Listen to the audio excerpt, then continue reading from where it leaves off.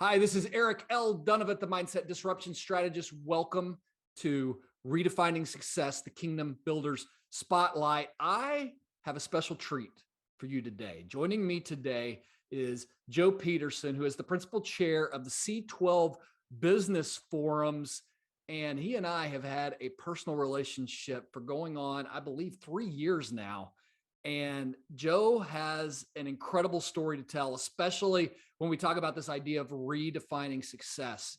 He has been in the motorsports industry. He has been in the real estate industry. He's now in the consulting industry. So you talk about just running through the gamut of different experiences, different definitions of success, and seeing people crash, seeing people rise, and being in a position to just, you're going to get a lot of incredible stories today. And I can't wait to just pull those stories out of Joe as we go through our conversation today. So Joe, thank you so much for joining us today.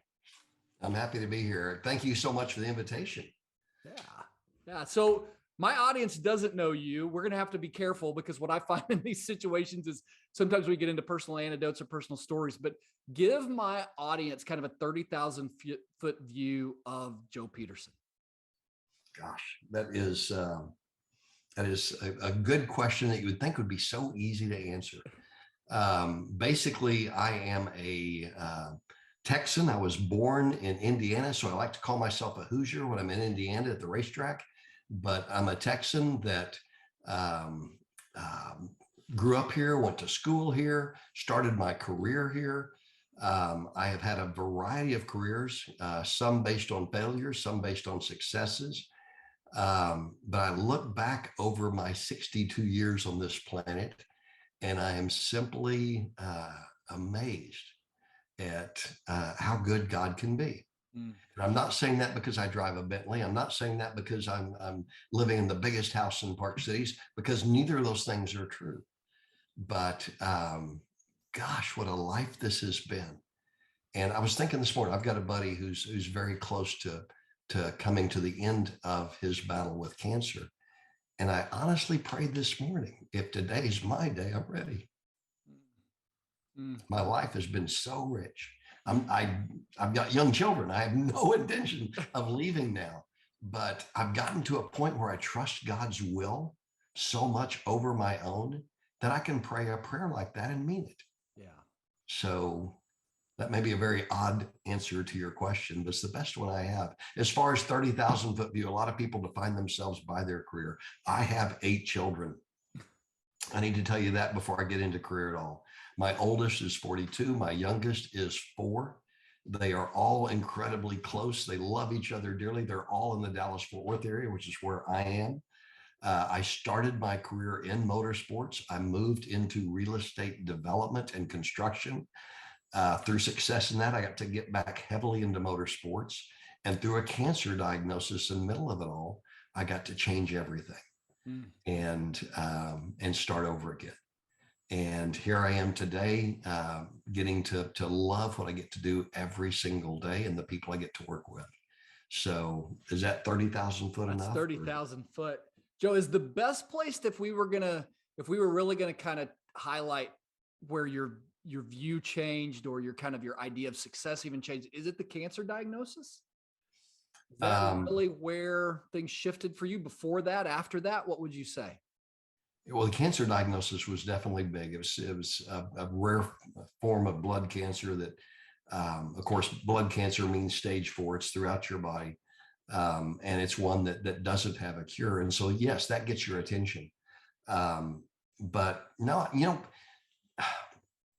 I really struggle with the word success. Okay. Because success was something that I'm a second child. I have an older brother. There's 2 of us. And being the second born, that means you're competitive, i.e. the motorsports piece. But the competition for me was, I did want to have success. My brother has been tremendously successful at everything he's done. We had wonderful parents that really worked hard at being intentional in the way they brought us up. But pursuit of success for me was a big deal. I got married at 19 and instantly had a child. And that took me out of college, which was something my family doesn't do. Everyone's an academic. My mom was, department head at a major university. We finished college. And so here I am starting without a bunch of money. I didn't come from a rich family and without an education.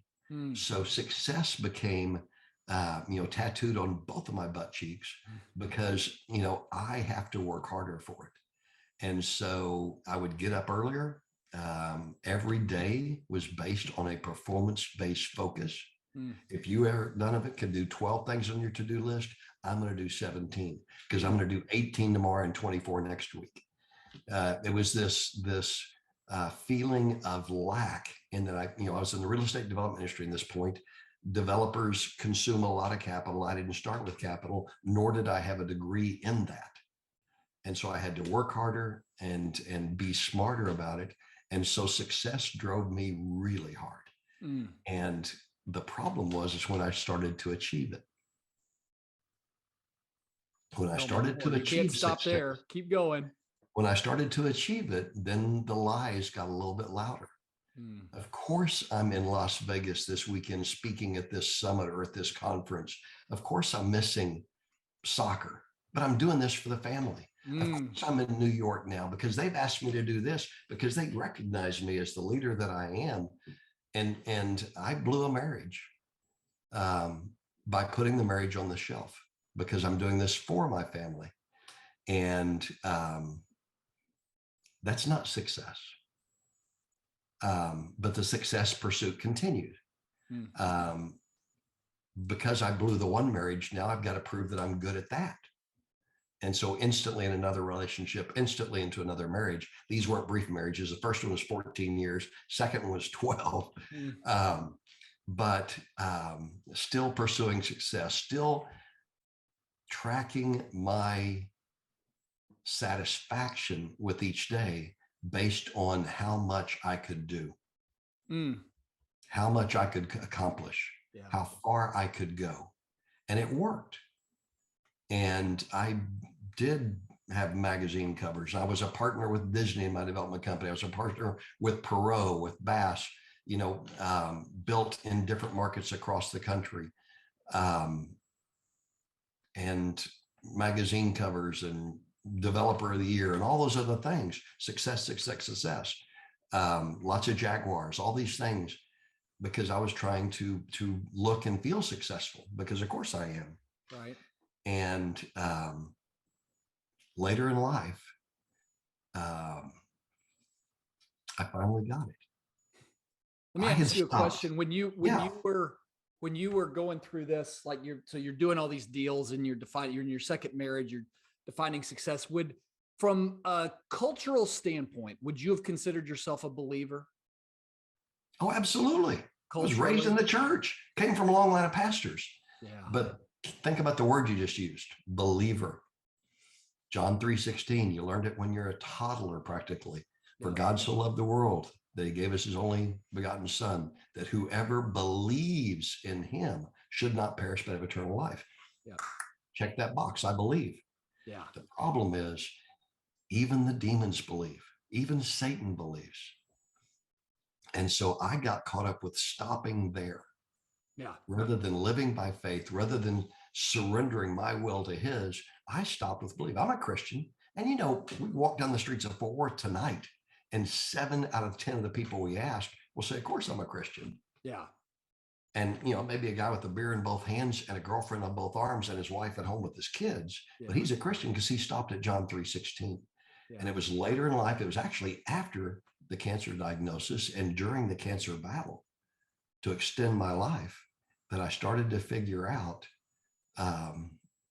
that believing in God is not the same as living by faith. And it's such a short sentence that sounds so simple, but it's not at all. Well, the thing that I wanted to hit on really quick, if you don't mind, is, because I think that sometimes we get caught up in this. The idea of this show is redefining success. So we think that a worldly definition of success and God's definition of success must go hand in hand because I believe in him. And then this is what the world says. So I'm going to go do this. And you're in church every Sunday, and maybe sometimes on Wednesdays, unless you've got to go speak, because that's okay, because you're out speaking, but it'd just be interesting to know, if you look back on that, what are the top 2 or 3 lies that maybe you feel like were just dominating your thinking, that permitted you or even put you in a mindset of where you're like, yeah, this aligns, this is okay. Because I think it's really easy to get caught up in that without realizing. I almost say like it's like having glasses, or if you think like how Paul talked about like the cataracts like fell off his eyes. We go from this point of just being blinded from what we can't see to seeing what we can see. What do you think had you blinded then? Because you're in church every Sunday. Okay, this is way too transparent. You may have to edit this out later. But the biggest lie is it's about me. Mm. I was so happy telling God at the end of each day in my prayers, thank you, Lord, for making me so good. Thank you for making me so smart. Thank you for who you've made me to be as your representative. It never occurred to me that it's about him. And that, when the disciples asked Christ, tell us how to pray, teach us how to pray, we get the Lord's Prayer, thy will be done. Yeah. And asking him about his will was probably a part of my prayers, but it always was preceded with my request, because I'm talking to him as my waiter God. And then after saying your will be done, I would give him a really quick opinion of what my will is, so he'd be aware of my order. And that's not good doctrine, but it made me feel like I'm a Christian, even though I wasn't living a life of a Christ follower. And I would have argued with you at the time. Of course, I go to church, I do this, I'm an elder in the church. Last week I spoke in church. Wow. But I wasn't living by faith. And, through some really dark times in the cancer battle, I learned a lot, and I'm learning even more now. And I hate to even use the word success now, because it's not about success. It's about significance. Success for me was that hedonic treadmill, constantly in pursuit of one pleasure after another. And my pleasures weren't sinful pleasures. My pleasures were personal pleasures. The accumulation. Success was accumulating things, accumulating power, accumulating influence, accumulating relationships, accumulating experiences, accumulating titles, accumulating resume entries, et cetera, et cetera, et cetera. Yeah. That was success. It was all about accumulating. And then I crossed a line one day where I learned that it's not about what I can accumulate. It's not about me.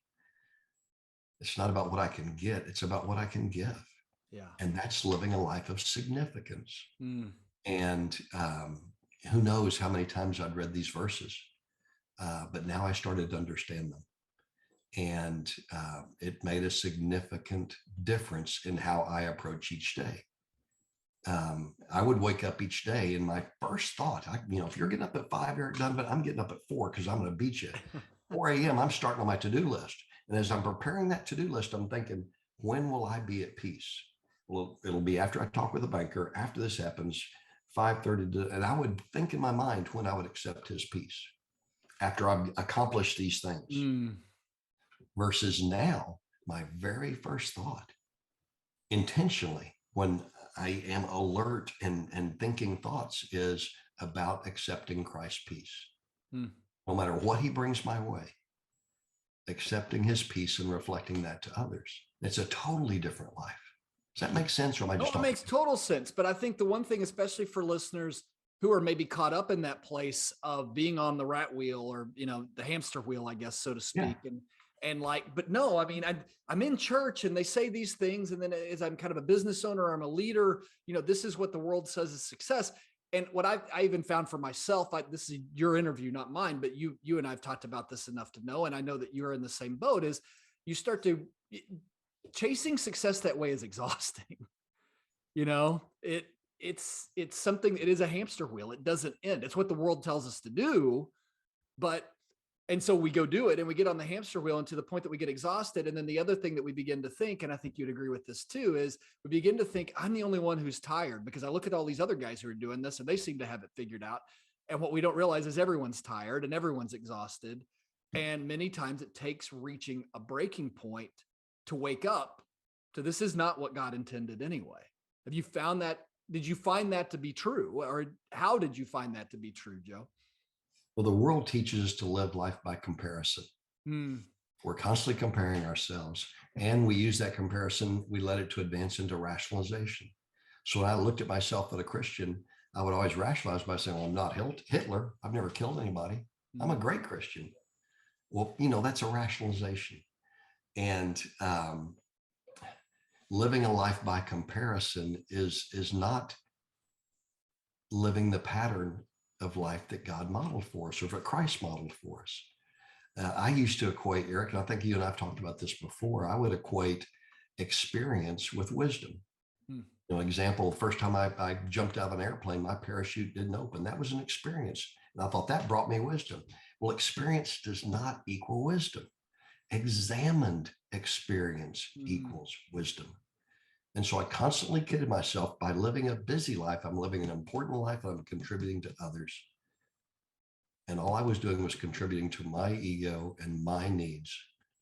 I wasn't living a significant life. You can't be busy and lead a significant life. The two don't go together. Satan loves it when we're busy, especially as leaders, because we're not going to be seeking his will. And every problem that comes to us, we're going to fix because we're leaders. Of course, God trusted me with this problem. I got this. Yeah. And all of a sudden, I'm trying to fix problems God never wanted me to even touch. And I'm fixing them in my power rather than his supernatural power doing the job it was supposed to do. Yeah. And so there's this great line. There's a movie called Spotlight about the Boston Globe and the Catholic Church and all this, but there's a great line near the end of it where the editor's talking to the teen, and he says, we all go through life with the lights out in the dark, and all of a sudden the light comes on, and we're embarrassed at what we've done and how we behaved, or what we've, the direction we've taken. And that's what happened with me. The light came on, and it's still burning brighter each day for me, hopefully, as I learn more and more about how to follow the model that Christ is offering me. But it's embarrassing when the light goes on and you realize how off I was, and the destruction I left in that path, the people I hurt, the waste of time, the waste of resources, the waste of opportunity.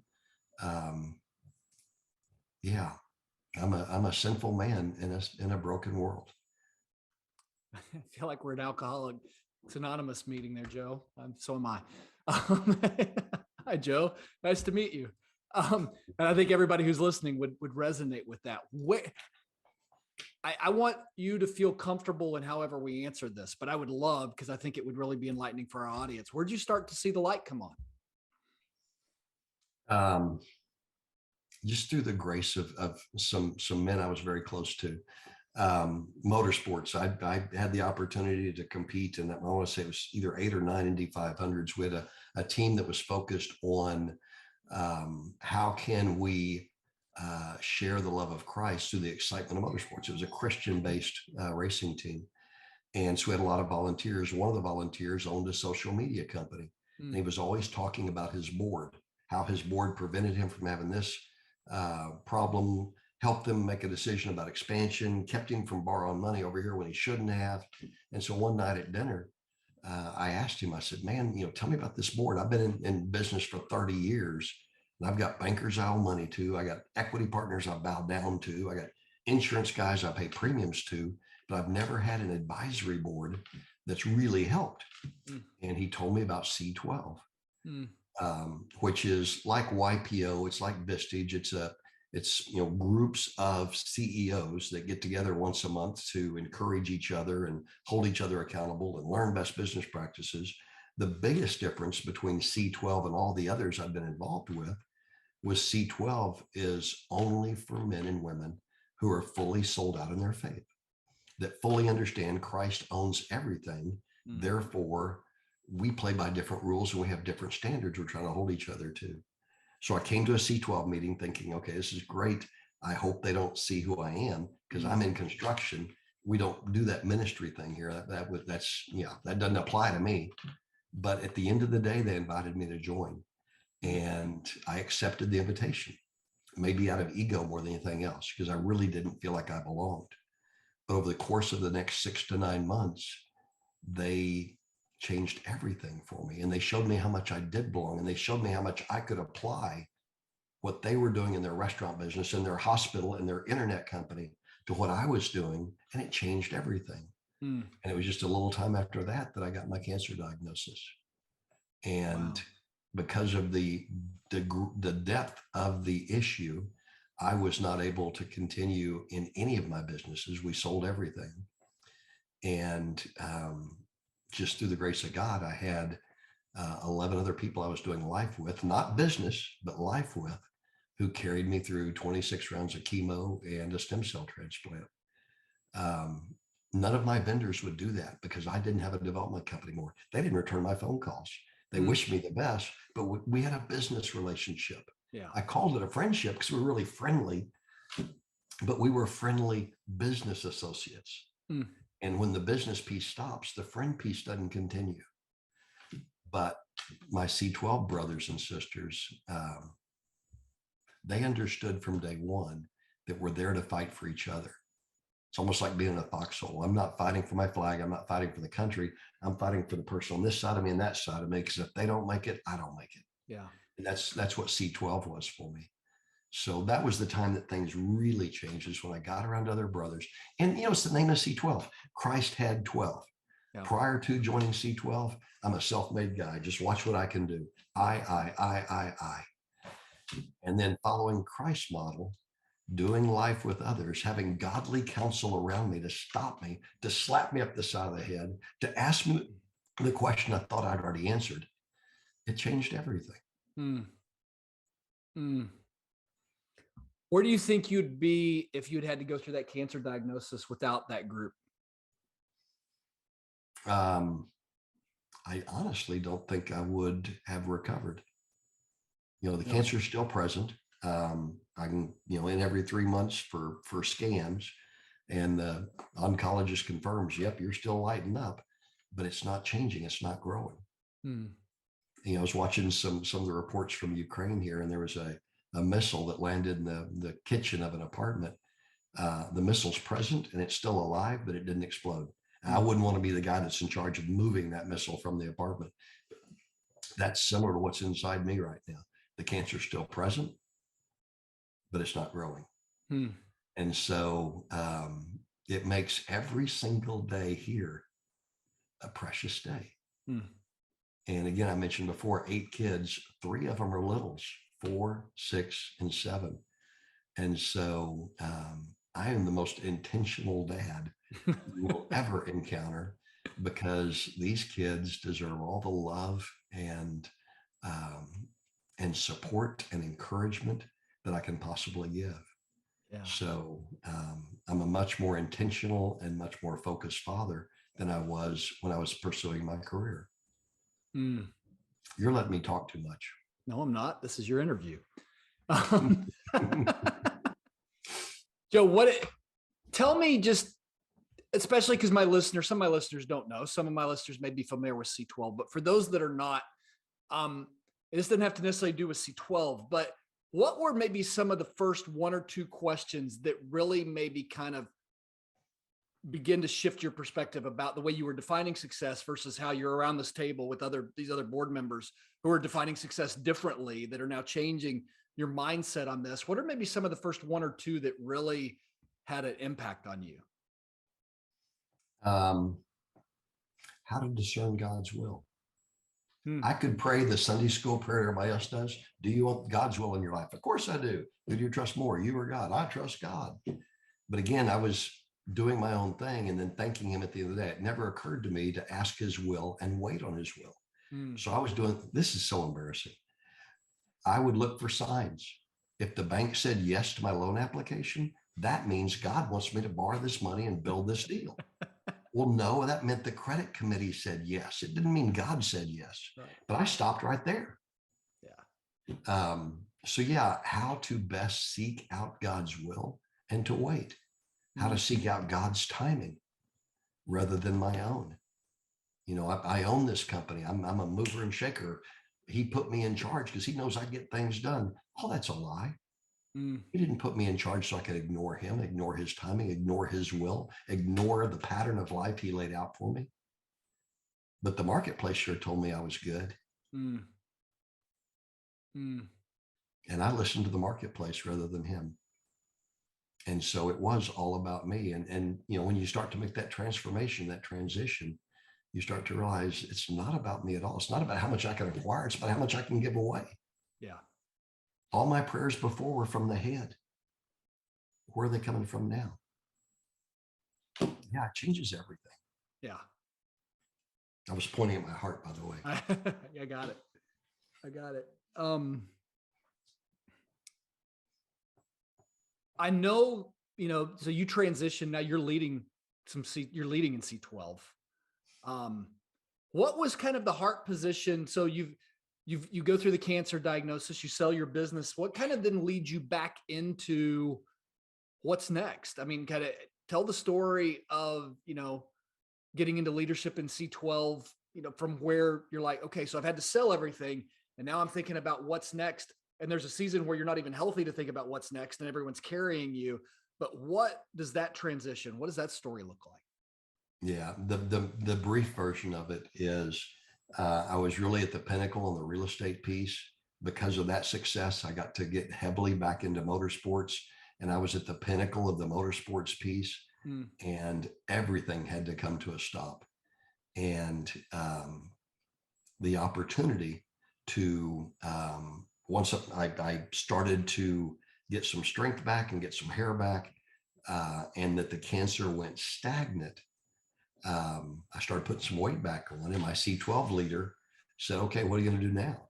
I hadn't even thought about that question. I was still, just going through each day, but it was a very valid question. And he finished the question by saying, will you help me build C12? You're really good at marketing. Would you help me? And I ended up saying, well, what I'd rather do is buy it from you. And so as I look back at my real estate career, and again, I was developing, I never went as far west as California, but I was, up in northern Minnesota down to central Florida, Texas, Carolinas, Colorado, building skyscrapers inside the loop in Chicago. I mean, I had some fun projects. But as I look back at that career, what I remember are the relationships that came through each of those. And the blessing of C12 is that's the only piece I work on now is relationships. I'm not building something. I'm not trading something. I'm not brokering something. All I get to do every day is make new relationships and deepen existing ones, and just hopefully ask great questions and help people with the questions they're asking themselves. And so it just feels like such an incredible blessing to carve out the piece of my career that was so valuable to me and say, okay, just do that 100% of the time. Yeah. Thank you for asking about that. That's fun. What do you see for people who are where you were? What do you see helps them kind of, maybe they get that glimmer in their eye of, yeah, something does need to change. Yeah, something, versus someone who, I mean, what I find in the world is that there typically are two people. There are people who are very stuck in where they are, and there are people who are ready to change. And it's really hard to move people who are stuck where they are to changing without something jolting them awake. So let's assume that those people are hard to change, but the people who have that glimmer in their eye of, man, something needs to change, I'm hoping I can find something. Do you find any consistent themes in those conversations when you're meeting other business owners and kind of beginning these relationships that now you're kind of sitting on the other side of the table that really helped you? Yeah, that is such a great question. Wouldn't it be wonderful if others can go through that transformational period without it being triggered by a transformational event? The loss of a child, the loss of a husband or wife, or some other major trauma, such as my cancer diagnosis. Often it takes that struggle or that difficulty to truly get our attention, no matter how many books we've read or what movies we've seen or whatever else. And I think it's John 16:33 says there will be tribulation in your life if you follow Christ. And on my third grade level thinking, I always thought, okay, that means I'm wearing a jersey that says Jesus on it, and nobody likes Jesus, so I'm not going to be on the team anybody likes. But that's not what was meant by it at all. It was basically saying the struggles and the tribulations that I bring to you is what's going to define you. It's what's going to make you the warrior I need you to be. You can register to go through SEAL school and to become a Navy SEAL, and you can probably figure out a way to hide behind the building during all the physical training, Probably. or maybe find somebody who looks like you to go to Hell Week or whatever. And at the end of it all, you get to step out as if you've been there the whole time and get your trident and call yourself a SEAL. But the problem with that is you didn't go through the pain. And so you have the trident. You may look and smell and sound like a SEAL in your mind, but you have no idea how to save yourself or the men and women around you. And so God's given us these tribulations and these struggles, and they're probably the biggest blessings in our lives. And even looking back at them, it's hard to smile because of the pain that it caused me, or maybe the pain that I reflected onto others through them with regard to divorces or whatever. But they truly are the things that define me now. And I can't fix the past, but I know I can do better as I move forward into the future. And so again, it's not about me. It's about how can I serve? How can I quit trying to work on self-improvement and work instead on how much I can grow and help others stretch, how much I can grow others. Does that make sense? That makes total sense. Do you ever find yourself almost falling back into those old habits, that way of thinking? What's the quickest way to get yourself out? If somebody was listening and like, man, I find myself doing that. What's your strategy or trick to getting out? The tricks aren't easy. The first thing is being able to identify it. Whenever you feel stress or anxiety, that should be like a fire alarm going off. That doesn't mean go get a Starbucks. It doesn't mean, I need to take a pill. It means I'm living outside his will. I'm putting the weight of the world on my shoulders, and it was never intended to be that. How do I stop and breathe and remember God's got this? Exodus 14:14. The battle is his. Just stand still. For the majority of my life, the battle was mine. Watch me impress God with how good I take care of it. That was never what he intended. So the first thing is realizing whenever you are busy, that two is truly living outside his will. Yeah. There's so many business owners who aren't business owners. They don't own the business owns them. Yeah. There's so many business owners that accept that, hey, it's just the cost of being a business owner. Of course, my marriage is crap. Of course, my teenage daughter doesn't like me right now. I own a business. That's up to mom to take care of.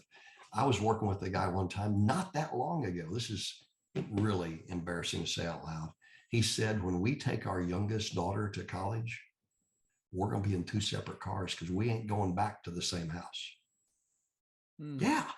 And this is like, he was projecting like 6 years in advance. Because he's a business owner, she doesn't understand me. We're just staying together for the kids. And he was accepting that as okay.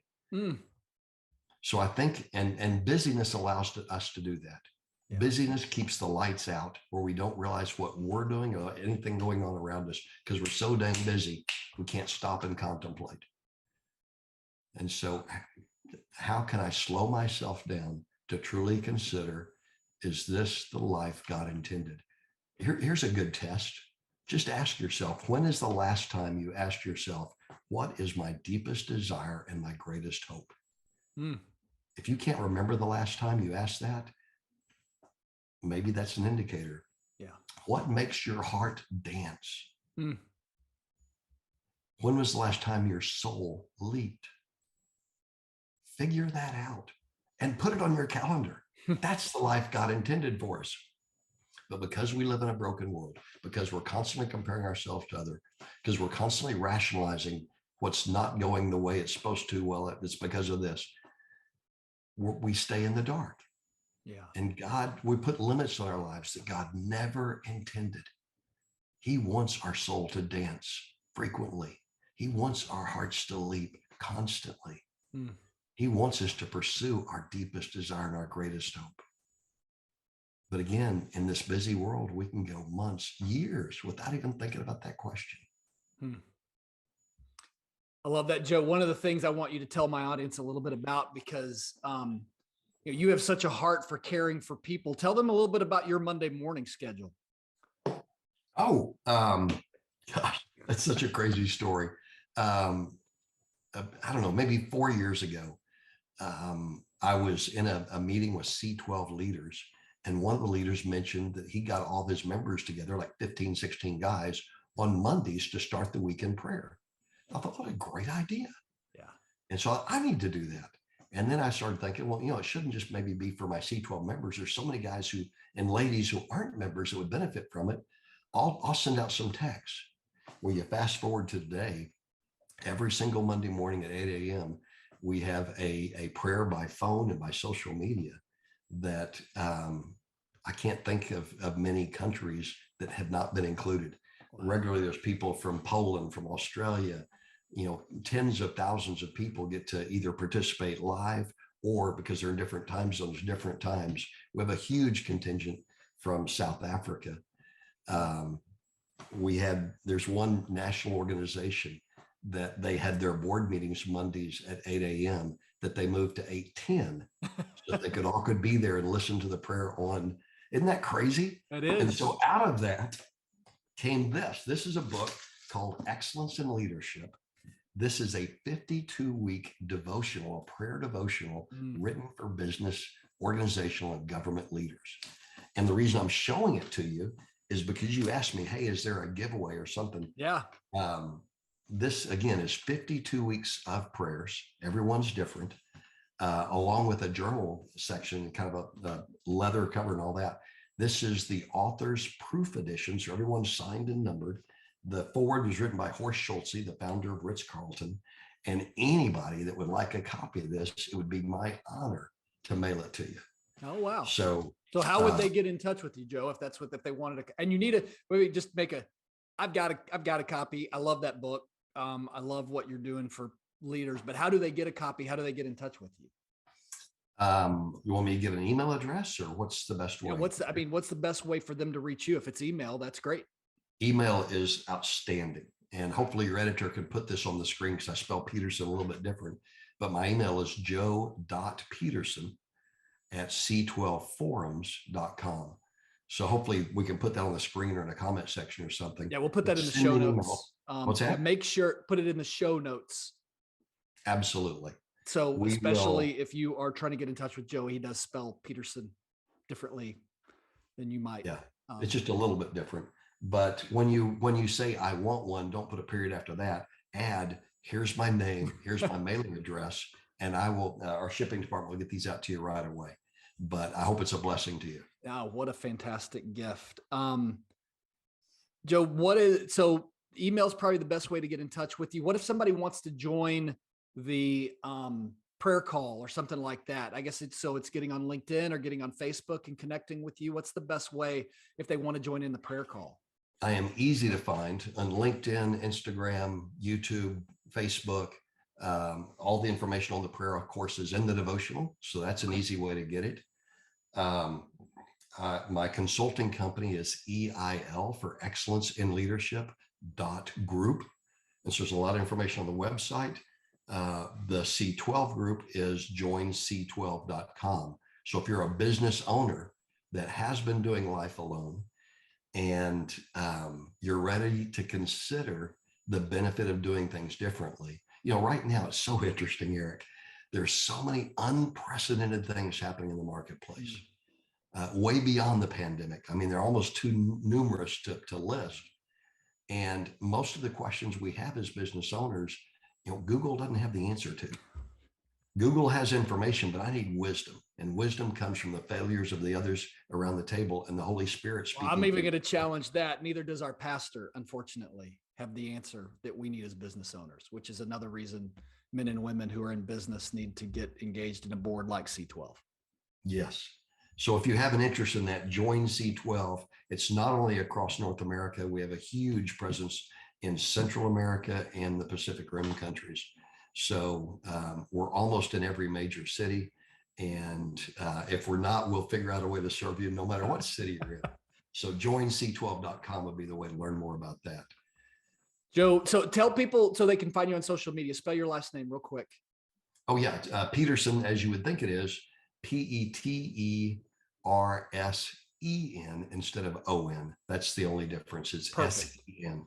Perfect. And you guys can connect with Joe. I definitely would encourage you to be a part of the prayer calls. I also would encourage you to get a copy of this devotional. I mean, what an incredible gift. Joe, thank you so much for joining us today. Thank you for just being a great interview, sharing your heart. And I'm just going to tell you one thing is you don't need to be embarrassed about anything. We've all got a story, and all we need to do is just tell it, and God will use it. So again, thank you for your time. Thank you everyone for being here. We will see you again next week. God bless you. Blessings. Thank you so much, Eric.